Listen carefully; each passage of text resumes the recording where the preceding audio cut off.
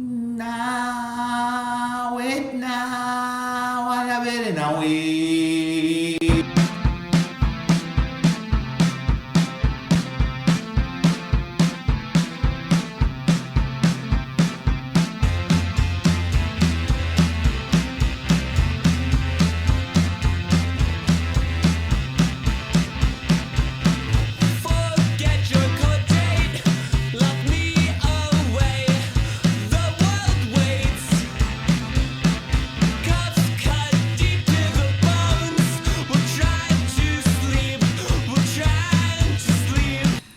Na aula de hoje a gente vai falar sobre a abolição da escravatura. Bom, primeiro vamos ver o seguinte: a abolição da escravatura tem muito menos a ver com os movimentos de resistência negros no Brasil, os quilombolas, entre outras reações, do que teve a ver com as potências europeias do século XIX dentro do ambiente do imperialismo. Bom, vamos lá então. Qual que era o grande problema da escravidão dentro do Brasil no século XIX? Bom, o Brasil, sendo escravocrata, não tinha uma mão de obra consumidora que pudesse consumir produtos que estavam produzindo em larga escala na Europa, principalmente na Inglaterra, após a Revolução Industrial. Vamos pensar no seguinte: escravo não consome, escravo é consumido, escravo é mercadoria, não é trabalhador da forma regular como a gente conhece hoje. Sendo assim, ele não recebe salário e ele não participa do mercado como um consumidor ativo. Então vamos lá.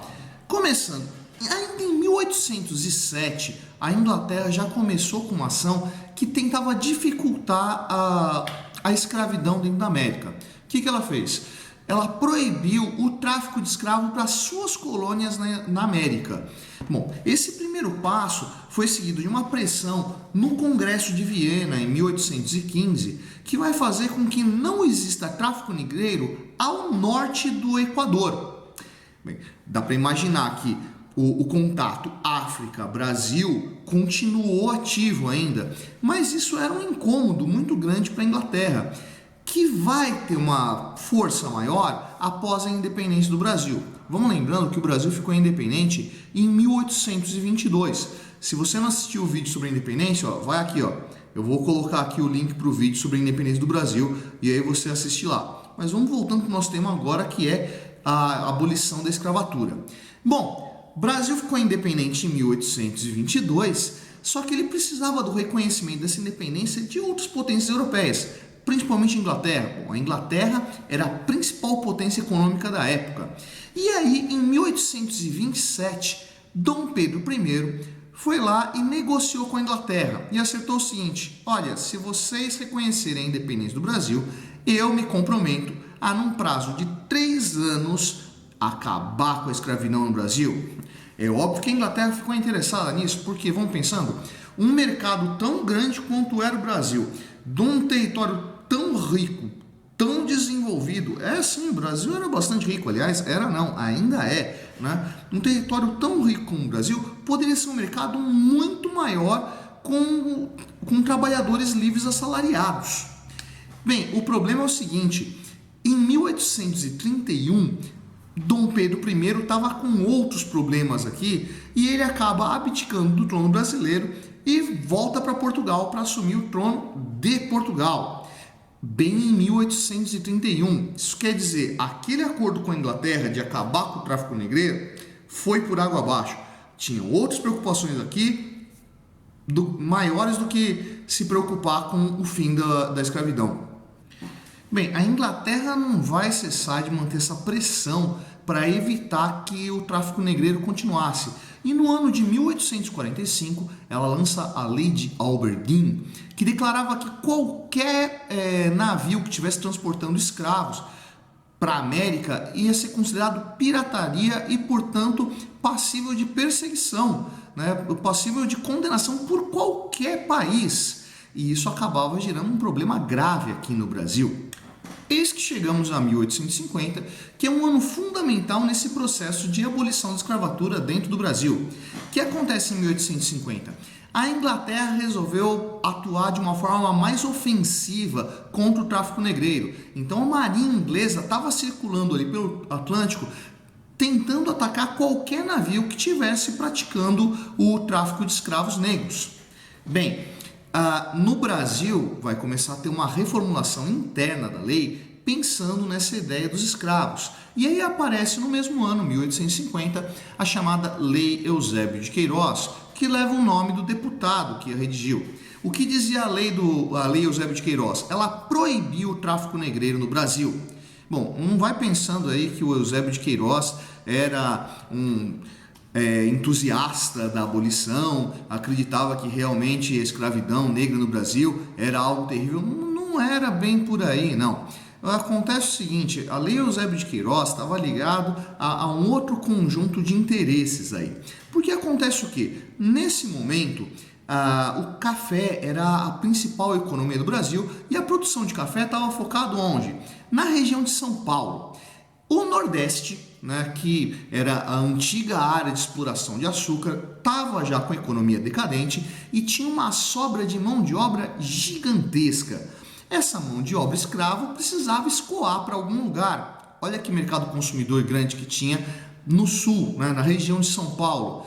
Se proibisse o tráfico negreiro, o pessoal do Nordeste, que tinha uma mão de obra excedente de escravos, ia ter para onde enviar esse pessoal. E aí você criava uma circulação de mercadorias dentro do Brasil.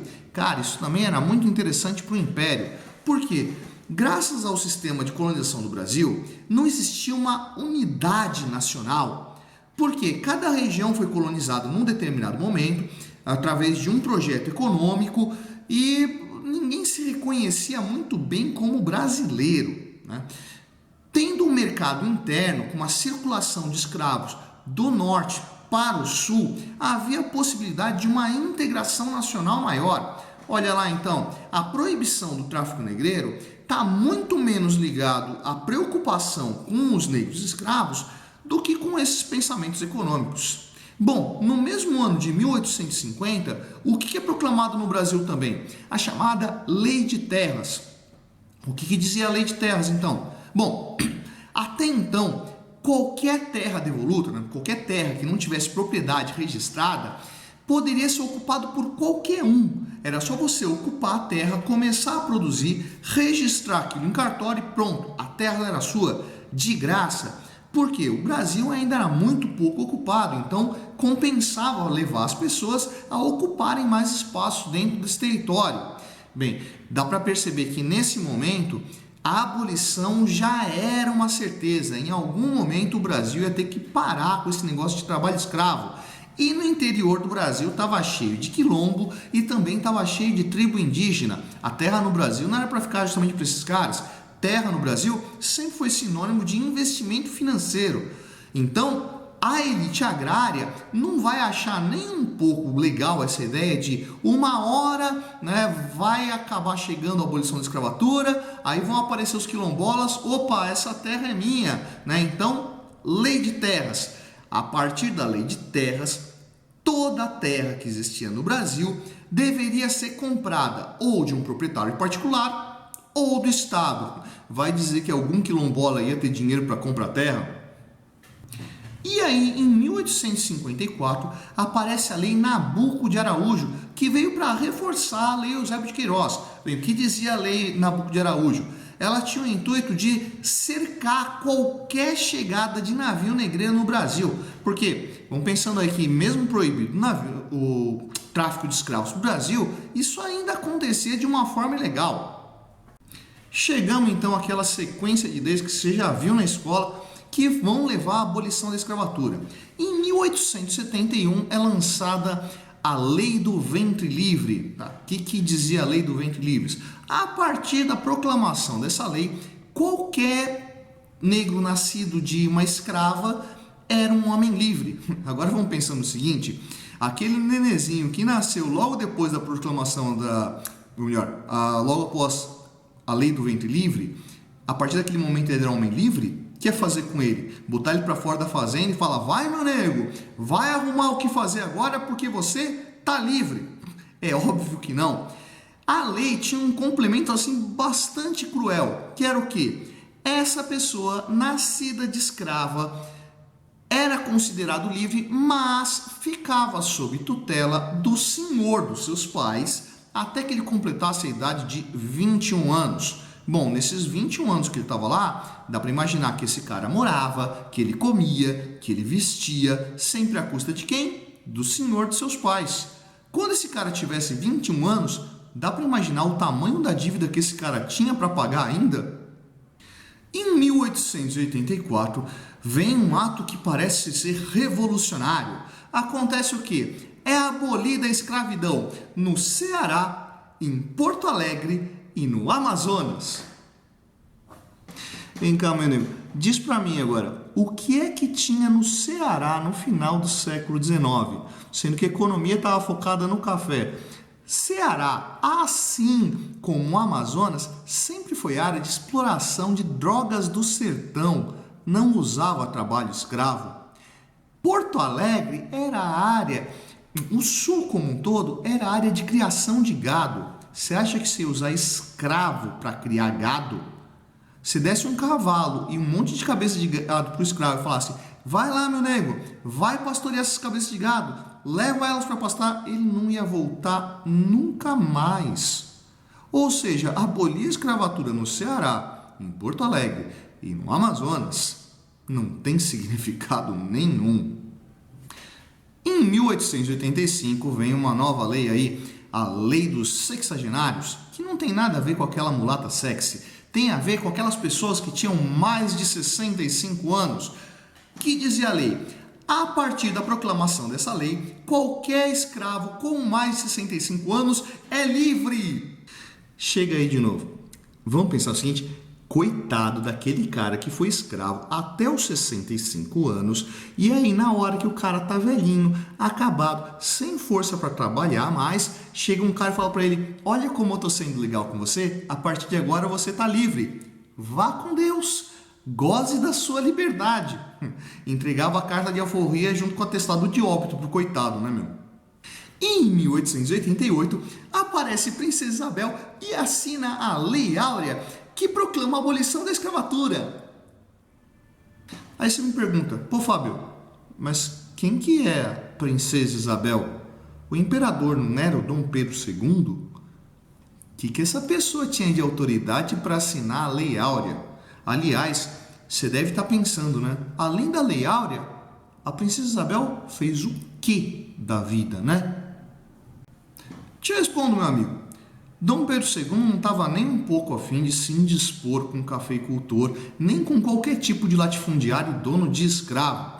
Bem, o Dom Pedro II nem estava por aqui quando foi proclamada a Lei Áurea. Ele jogou a bomba na mão da filha, que foi lá e proclamou a abolição da escravatura por causa de uma pressão principalmente inglesa.